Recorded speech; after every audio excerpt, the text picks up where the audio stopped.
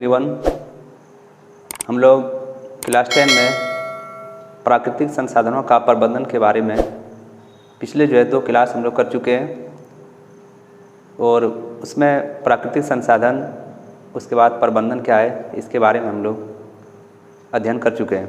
तो इसमें हम लोग इससे पहले जो क्लास कर रहे थे उसमें प्राकृतिक पर्यावरण में जैसे 3R पर्यावरण संरक्षण के लिए महत्वपूर्ण है, इसके बारे में अध्ययन किए थे।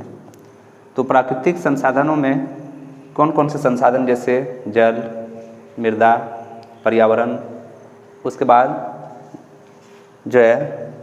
वन वन्य जीव संरक्षण।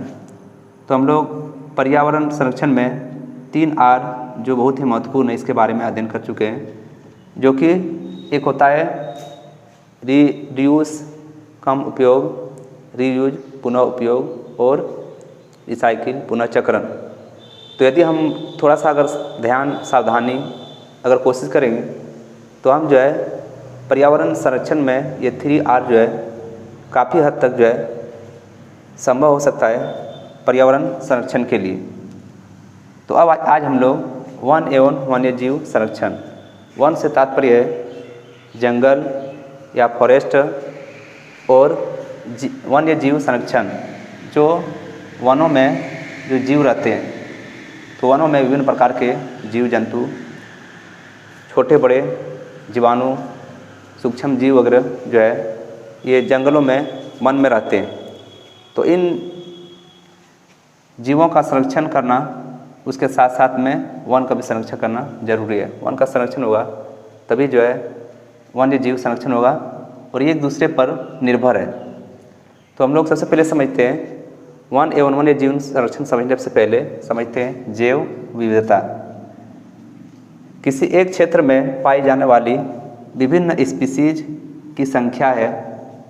इसका अर्थ ये है कि कोई भी क्षेत्र में विभिन्न प्रकार के स्पीसीज मतलब जाति जैसे जानवर में पशु, पक्षी, उसके बाद सरीसृप, सांप, मेढक, कीट, पादप विभिन्न प्रकार के जीव या जंतु एक स्थान पर पाए जाते हैं। और वे जीव जंतु किसी न किसी रूप में खाद्य श्रृंखला में एक दूसरे के साथ जुड़े रहते हैं, जो कि हम लोग क्लास 10 में ही प्राथमिक, द्वितीय और तृतीय उपभोक्ता या खाद्य श्रृंखला इस चैप्टर में हम लोग इसके बारे में विस्तार से अध्ययन करेंगे। तो जैव विविधता मतलब वो किसी स्थान पर या किसी क्षेत्र में विभिन्न स्पीसीज की संख्या होती है, ठीक। और वो स्पीसीज क्या है? पशु, पक्षी, कीट, पादप, सरीसृप, जीवाणु आदि होते हैं। उसके बाद एक पॉइंट हम लोगों को और समझना है, तप्त स्थल। तप्त स्थल किसको कहते हैं? वैसे क्षेत्र जहाँ विभिन्न प्रकार के संपदा पाई जाती है।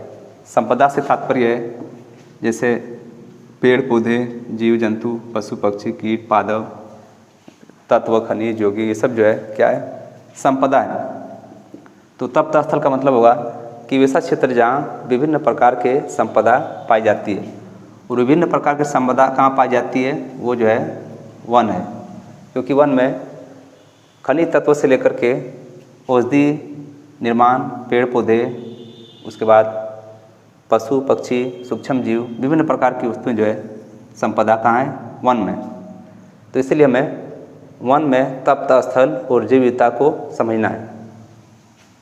उसके बाद नेक्स्ट में हम लोग समझते हैं वन एवं वन्य जीव संरक्षण। वन एवं वन्य जीव को भविष्य में या फिर उसे बचाए रखने के लिए जितना संभव हुआ प्रयास करना चाहिए, उसे क्या कहते हैं? वन्य जीव संरक्षण। वन एवं वन्य जीव जैव विविधता का तप्त या विशिष्ट स्थल क्या है? वन है। जैव विविधता का तप्त या विशिष्ट स्थल क्या है? वन। और एक क्लास में एक क्वेश्चन पूछा जाता है कि जैव विविधता का विशिष्ट स्थल क्या है? तो इसका राइट आंसर क्या होगा? वन। जैव विविधता को संरक्षित प्राकृतिक संरक्षण के प्रमुख उद्देश्य में से एक है। तो जैव विविधता क्या है? प्राकृतिक संरक्षण के प्रमुख उद्देश्य में से एक ये जैव विविधता है। क्योंकि जैव विविधता अगर नहीं रहेगा तो क्या होगा कि जैसे छोटे मेढक, जैसे सांप जो है मेढक को खाते हैं, फिर सांप को बाज, या फिर प्राथमिक उत्पादक में जैसे घास पौधे, वो जो है जानवर में जैसे गाय बैल बकरी। उसके बाद इस तरह से पीढ़ी जो है लगातार ये खाद्य श्रृंखला में एक दूसरे के साथ क्या होता है, जुड़ा रहता है, और जुड़ करके एक जो है खाद्य श्रृंखला का निर्माण करता है। तो ये स्पीसीज अलग अलग विभिन्न प्रकार की स्पीसीज या प्रजाति जो है होती है, एक दूसरे पर निर्भर होता है। यदि कोई एक स्पीसीज जो है कहीं पर किसी स्टेप में अगर अंत हो जाता है, तो उससे पीछे का जो प्रजाति है, स्पीसीज है, या उससे आगे वो भी अंत हो सकते हैं। तो इसलिए ये हम लोग खाद्य श्रृंखला में खाद्य संसाधनों में सुधार या खाद्य संसाधन के बारे में जब हम लोग अध्ययन करेंगे, तब जो है इसके बारे में हम लोग क्लियर से समझेंगे। तो वन एवं वन्य जीवन जैव विविधता का तप्त या विशिष्ट स्थल वन है। तो जैव विविधता का विशिष्ट स्थल क्या है? वन। जैव विविधता को संरक्षित प्राकृतिक संरक्षण के प्रमुख उद्देश्य में से एक है, क्योंकि वन जो है पर्यावरण संरक्षण में काफ़ी योगदान है, साथ ही जैव विविधता को बनाए रखने में सहायता करता है। इसलिए इसे जैव विविधता का विशिष्ट स्थल कहा जाता है, क्योंकि विविधता को नष्ट से परिस्थिति अस्थायित्व इकोलॉजिकल नष्ट हो जाते हैं। अब परिस्थितिक तंत्र या परिस्थितिक अस्थायित्व क्या है? जैसे परिस्थितिक तंत्र में जैव, अजैव, कार्बनिक, अकार्बनिक, उसके बाद सजीवों में जीव जंतु, पादप, ये सब जो है आते हैं। तो परिस्थितिक तंत्र का मतलब क्या होगा कि जहाँ वैसे स्थान जहाँ पर जो है सजीव और निर्जीव एक दूसरे के साथ निर्भर होते हैं, और निर्भर होकर के वो अपनी ज़रूरतों को पूरा करते हैं, तो उसको क्या कहते हैं? परिस्थितिक तंत्र। और ये परिस्थितिक अस्थायित्व या परिस्थितिक तंत्र के बारे में हम लोग विस्तार पूर्वक फिर नेक्स्ट क्लास में अध्ययन करेंगे। तो आज समझते हैं वन्य जीव या जीव संरक्षण। तो जैव विविधता किसी एक क्षेत्र में पाई जाने वाली विभिन्न प्रकार की स्पीसीज या प्रजाति है, जो तप्त स्थल जैसे वैसा क्षेत्र है जहाँ विभिन्न प्रकार के संपदा पाई जाती है, और ये संपदा जो है कहाँ पाया जाता है? वन में।